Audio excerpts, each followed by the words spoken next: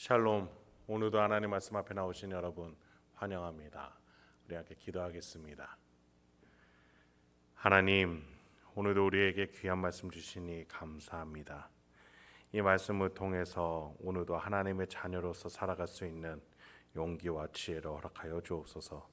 내가 가는 곳곳이 하나님의 나라가 될 수 있도록 우리를 사용하여 주옵소서.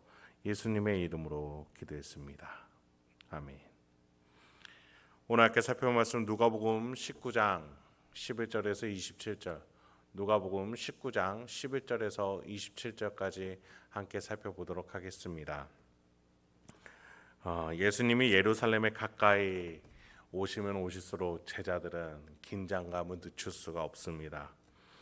예수님이 초자연적인 능력과 수만 명의 인기를 힘입어서 타락한 종교 지도자들을 몰아내고 로마군의 압제에서 해방케 해주실 것이라고 믿고 있었기 때문이겠죠. 그렇지 않고서야 왜 굳이 갈릴리 북부에서 수많은 인기를 누리는 예수님이 예루살렘까지 오시려고 하겠습니까? 분명히 이스라엘을 회복하기 위해서였을 거라고 그들은 생각했습니다. 11절 보시죠. 그들이 이 말씀을 듣고 있을 때에 비유를 더하여 말씀하시니 이는 자기가 예루살렘에 가까이 오셨고 그들은 하나님의 나라가 당장에 나타날 줄로 생각함이더라. 제자들은 하나님의 나라를 누구 중심으로 생각한 거예요? 하나님이 아니라 자신의 욕망을 중심으로 생각했습니다. 여러분, 내가 주인공인 하나님 나라, 내가 주역인 교회, 인간은 결국에는 자기만의 성을 쌓는 데 관심을 또 욕망을 세우기 마련인 겁니다. 그러나 예수님은 계속해서 가르치셨어요. 겸손해야 한다고, 어린아이와 같아야 한다고, 하루 종일 일하고 돌아와서 주인의 저녁 식사에 시중드는 것이 당연해야 한다라고 말씀하셨어요. 그래요, 우리는 하나님 나라에서 조연입니다. 흙덩이뿐이었던 피조물인 우리를 사람으로 만들어 주셨고 그 사람을 더 나아가 하나님의 자녀로 양자로 삼아 주셨어요. 마지막에는 하나님 나라의 후사와 기업을 이어받을 수 있는 상속자로 세워 주실 것이라고 약속까지 해 주셨습니다. 조연이 그냥 조연이 아니라 어마어마한 하나님의 바로 곁에 있는 조연인 거예요. 그래서 하나님 나라는 나 중심, 내가 세우는 나라로 생각해서는 안 됩니다. 그러면 결코 예수님의 은혜나 성경의 해석이나 내가 누릴 수 있는 신앙의 영역이 없어져 버려요. 하나님 중심으로 내가 나의 가정과 직장 일상을 바라봐야 하나님 나라가 세워지는 것을 목격하면서 그 속에서 지혜와 용기를 얻을 수 있습니다. 그래서 예수님이 제자들에게 오늘과 같은 비유를 주고자 하십니다. 올바른 관점을 가지고 있어야 보일 수 있다는 거죠. 12절부터 읽어보죠. 이르시되 어떤 귀인이 왕위를 받아가지고 오려고 먼 나라에 갈 때에 그 종 열을 불러 은화 10문화를 주며 이르되 내가 돌아올 때까지 장사하라 하니라. 그런데 그 백성이 그를 미워하여 사자를 뒤로 보내어 이르되 우리는 이 사람이 우리의 왕됨을 원하지 아니하나이다 하였더라. 여기서 귀인은 예수님을 말해요. 예수님은 지금 당장 하나님 나라를 세우는 게 아니다. 나는 먼 나라로 가서 왕위를 받아가지고 다시 올 거다라고 얘기를 하시는 거예요. 지금 예수님은 예루살렘에 정복하러 가는 게 아니에요. 죽으러 가시는 거예요. 먼 나라를 가시기 위함이에요. 먼 나라 하나님 보좌 우편에 그 천국으로 가셔서 왕권을 가지고 다시 오실 겁니다. 그런데 오늘 비유에서 의미심장한 표현이 하나 있어요. 14절을 보니 우리는 이 사람이 우리의 왕됨을 원하지 아니하나이다. 분명히 예수님을 반대하는 세력이 있을 거라는 거예요. 그런데 문제는 내가 그 속에 포함되지 않으려면 어떻게 해야 되는가? 거기에서 예수님은 한 가지 메시지를 더 주고자 하십니다. 15절부터 18절까지 예수님은 10문화를 가지고 10명의 종들에게 한 문화씩 나눠 주십니다. 한 문화는 100일치의 일당에 해당하는 돈이에요. 적지 않은 돈이죠. 이것을 가지고 장사를 하라고 하세요. 여러분, 우린 그간 재물에 대해서 계속 누가가 소개해 준 걸 들었습니다. 네, 재물을 가지고 가장 지혜롭게 사는 것은 재물에 끌려다니는 것이 아니라 재물을 통해서 사람을 살 줄 아는 것, 사람을 구할 줄 아는 것이 가장 중요한 가르침이고, 불의한 재물을 통해서 세상이 그렇게 하는 것을 보고 오히려 더 지혜로움을 배워야 된다라고까지도 얘기를 하셨어요. 자, 예수님은 이제 먼 나라 죽으셔서 하나님께로 가실 거예요. 그때 우리에게 주신 예수님이라는 이름의 권위와 명예와 권세, 능력을 가지고 너희들은 어떻게 살아야 되는가에 대해서 말씀해 주시는 것이죠. 예수님은 떠나가시고 나서 우리는 과연 어떤 인생을 살 것인가? 지금 당장 하나님 나라가 세워지지 않을 것이다. 예수님이 다시 오시는 그 종말, 재림의 때까지 우리의 삶의 태도가 어떠해야 되는지를 말씀해 주시는 거죠. 지금 내가 세우는 왕국, 내가 세우는 나의 가문, 내가 세우는 나의 교회가 아니라 하나님의 나라를 위해서 어떤 태도여야 하는가? 그것을 말씀하고자 하시는 거예요. 15절부터 19절에서는요. 먼저 그 예수님이 장사라, 즉 지혜롭게 해서 종이 보시기에 주인이 보기에 합당한 결과를 맺은 이들이 등장합니다. 16절에 보니 그 첫째가 나와 이르되 주인이여 당신의 한 문화로 10문화를 남겼나이다.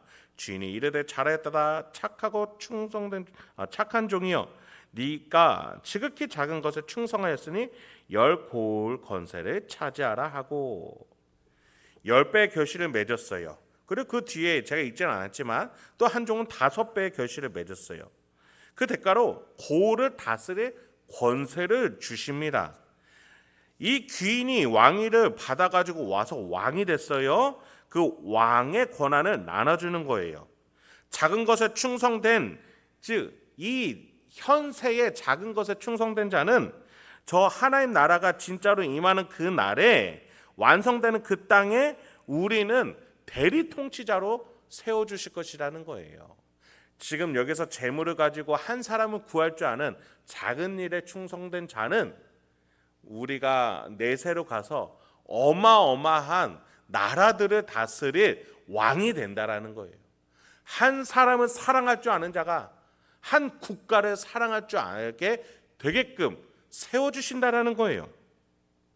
여러분, 그래서 지금은 우리가 한 사람을 사랑하지만 그 한 사람 한 사람이 한 국가를 다스리게끔 세워주시는 하나님이 판단하시는 근거가 되심을 여러분 기억하셔야 합니다. 그래요, 문제는 삐뚤어진 태도를 가진 자들, 귀인의 왕위를 맞이하지 않는 이들이 있다는 것이죠. 20절에서 23절 한번 보죠. 또 한 사람이 와서 이르되 주인이여 보소서 당신의 한 문화가 여기 있나이다. 내가 수건으로 싸두었나이다. 이는 당신이 엄한 사람인 것을 내가 무서워함이라. 당신은 두지 않은 것을 취하고 심지 않은 것을 거두나이다. 주인이 이르되 악한 종아 내가 내 말로 너를 심판하노니 너는 내가 두지 않은 것을 취하고 심지 않은 것을 거두는 엄한 사람인 줄로 아느냐. 그러면 어찌하여 내 돈을 은행에 맡기지 아니하였느냐. 그리하였으면 내가 와서 그 이자와 함께 그 돈을 찾았으리라 하고. 여러분, 한 종이요 애초에 이 주인을 왕으로서 섬기고 싶지 않았어요. 당신이 엄한 사람인 것을 내가 무서워함이라. 이 종은 이 귀인을 믿지도 않았고 신뢰하지도 않았던 거예요. 그래서 오히려 내가 주인의 돈을 가지고 장사하다 실패하면 무서운 벌을 받을까 염려했던 것이죠. 주인은 그렇게 하겠다, 너에게 벌을 주겠다라고 말한 적도 없는데 말이죠. 애초에 주인과 신뢰 관계가 없었던 거예요. 실패할까 한 문화를 고이 보관했다가 주인에게 돌려줬어요. 여러분, 마음이요 청결하지 않으면 지혜가 없습니다. 우리가 하나님 앞에서 순수한 마음을 가져야 해요. 그렇게 하라 하시면은 일단 가는 거예요. 왜요? 선하신 하나님을 우리가 믿기 때문이에요. 그렇게 심고 울며 씨를 뿌렸을 때 하나님이 나중에 그 결과를 책임지시고 그 결과를 가지고 우리가 대리통치자로 죽음 이후에 놀라운 부활체를 힘입어서 하나님의 상속자가 될 것을 우리는 믿어야 합니다. 그 구속사를 가지고 우리는 마음의 순결함으로 청결함으로 믿고 따라갈 뿐이에요. 그러니까 주인이 뭐라고 말해요? 어찌하여 내 돈을 은행에 맡기지 아니하였느냐? 왜 지혜롭게 하지 않았느냐? 차라리 네가 무섭다면 은행에라도 맡겼으면은 이자라도 소득을 내지 않았었겠느냐? 무슨 말이에요? 너가 현세에 살 때에 내가 너에게 많은 것을 줬다. 너에게 은사도 주고 신앙도 주고 은혜도 주고 가정도 주고 많은 것들을 줬다. 너 그거 너만을 위해서 사용하는 땅에 묻어두고 땅에 썩어질 것으로 삼지 않았느냐? 땅에서 없어질 것들로 사용하지 않았느냐?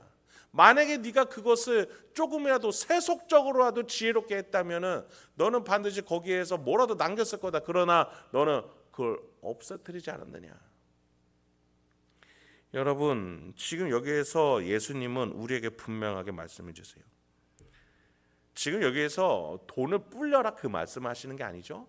하나님을 신뢰했다면, 하나님을 믿었다면, 하나님의 은혜를 붙잡았다면 반드시 우리의 인생에 하나님이 칭찬하실 거리가 많아질 수밖에 없다라는 그 원리를 설명해 주고 계세요. 지금 제자들 눈앞에서는 예루살렘이 반드시 하나님 나라가 되어야 해요. 그러나 예수님은 그거 아니야. 지금은 너희가 받은 예수의 이름과 은사를 가지고 하나의 나라를 스스로 만들어낼 때야. 그런데 그게 된다 안 된다? 될 수밖에 없다라고 하시는 거예요. 왜요? 예수의 이름과 하나님이 주시는 복음과 은혜는 결코 실패하지 않기 때문입니다. 예수님은 그 성부 하나님에 대한 신뢰를 가지고 제자들에게 그것을 맡기고 죽으러 가시는 것이죠. 예수 또한 성부 하나님을 믿기 때문에 제자들에게 맡기실 수 있었던 거예요. 여러분, 우리는 하나님을 신뢰해야 합니다. 그 하나님을 믿음으로써 내가 가진 것들을 땅에 썩어질 것으로 뿌릴 것이 아니라 한 사람을 구하는 데 사용할 줄 아는 지혜가 있어야겠습니다. 마지막으로 이 종은 어떠한 판단을 받게 됩니까? 24절부터입니다. 곁에 섰는 자들에게 이르되 그 한 문화를 빼앗아 10문화 있는 자에게 주라 하니 그들이 이르되 주여 그에게 이미 10문화가 있나이다. 주인이 이르되 내가 너희에게 말하노니 무릇 있는 자는 받겠고 없는 자는 그 있는 것도 빼앗기리라. 그리고 내가 왕됨을 원하지 아니하던 저 원수들을 이리로 끌어다가 내 앞에서 죽이라 하였느니라. 여러분, 지금 이거는 부익부 빈익빈을 말하는 게 아니에요. 여러분, 여기서 다스림을 얘기하고 있는 거예요. 10문화를 가진 자가 10고을을 섬기고 있었죠. 그런데 그것 좀 하나 잘 떼서 다른 왕을 키우면 어떨까라고 우리는 생각할 수 있어요. 그러나 여러분 어떠세요? 여러분이 만약에 그 백성이라면, 그 고을의 백성이라면 어떤 왕에게 왕을 섬기고 싶으세요? 당연히 잘 다스린 왕에게 가겠죠. 여러분, 지금 10문화가 받은 자가 더 한 문화 받은 그 종에게서 한 문화를 더해 11문화를 받게 되는 것은 지혜로웠기 때문이에요. 순종했기 때문이에요. 잘 다스리기 때문이에요. 여러분, 여기서 부익부 빈익빈이 아니라 하나님의 뜻대로 잘 다스리는 자에게 더 많은 것들이 주어진다. 왜요? 잘 다스리기 때문에. 지혜와 용기와 풍성함과 사랑이 있기 때문이에요. 여러분, 그래서 오늘 예수님은 이 본문을 통해서 우리에게 예수님이 다시 오실 때까지 어떻게 살아야 되는지에 대해서 명확하게 말씀해 주세요. 말씀을 마치겠습니다. 여러분에게 오늘 하루가 주어졌습니다. 숨이라는 생명이 주어졌어요. 우리의 영혼 안에 하나님의 복음과 예수의 십자가 성령이 내 안에 내주하고 계십니다. 우리가 가진 것들이 너무나 많아요.